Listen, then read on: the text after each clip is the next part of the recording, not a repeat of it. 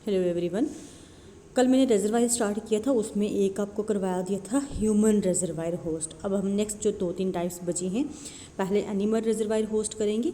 देखो इसमें क्या है, ऐसे डोमेस्टिकेटेड या फिर वाइल्ड एनिमल्स आते हैं जो जिनको इन्फेक्शन हुई होती है किसी भी पैथोजन की, उसके बाद वो रिकवर हो गए। रिकवर होने के बाद वो रिजर्वायर होस्ट एक्ट करते हैं, मतलब उनमें अब वो डिजीज़ है नहीं, पर वो पैथोजन को दूसरे बंदे में, दूसरे किसी होस्ट में स्प्रेड कर सकते हैं।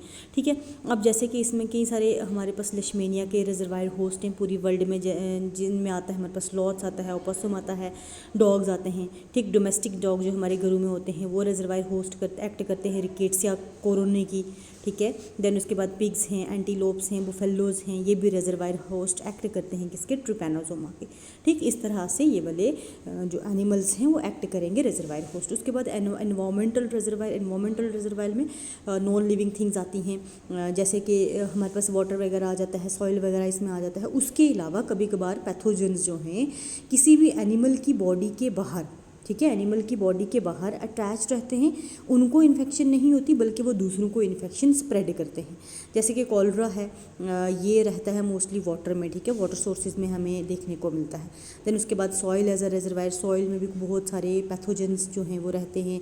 कभी कभार वो डायरेक्टली हमारे फूड से एंटर कर जाते हैं, कभी कभार वो खाने से, सॉइल वगैरह पे ईट करने से, खाने से जो है हमारी बॉडी में एंटर होते हैं, जिसमें हमारे पास कुछ एक एग्जांपल्स आती हैं। एक एंथ्रैक्स है, टेटनस है, म्यूकरमाइकोसिस है। ठीक है, तो ये मैंने 3 यहाँ पे एग्जांपल्स लिखी हैं। हमारे पास approximately 18 different soil borne diseases जो हैं अवेलेबल हैं। ठीक है। देन उसके बाद हमारे पास water as a reservoir, water जैसे अभी पीछे मैंने एनवायरमेंटल में भी बताया था, वाटर जो है बच्चे बहुत एक इम्पॉर्टेंट सोर्स होता है हमारे ज़िंदा रहने के लिए, लेकिन इसमें बहुत सारे पैथोजेंस भी होते हैं। ठीक है, जो हमारे ह्यूमंस को इन्फेक्शन कॉज कराते हैं। WHO की एक रिपोर्ट आई थी जिसमें ये कहा गया था कि अगर ग्लोबली पूरी वर्ल्ड, पूरी दुनिया में देखा जाए तो हमारे पास 5 मिलियन पीपल्स जो हैं वो इफ़ेक्टेड होते हैं वाटर बॉर्न डिजीज़ से। 5 मिलियन से ज़्यादा लोग जो हैं वो इन्फेक्टेड होते हैं वाटर बॉर्न डिजीज़ में। अब कुछ एक वाटर बॉर्न डिजीज़ जैसे कि कॉलरा है, ठीक है, कॉलरा, साल्मोनेला टाइफी जो टाइफाइड कॉज कराता है, ये हमें वाटर के थ्रू ही होती है, कंटामिनेटेड वाटर के थ्रू डिजीजेज स्प्रेड होती हैं। ठीक है।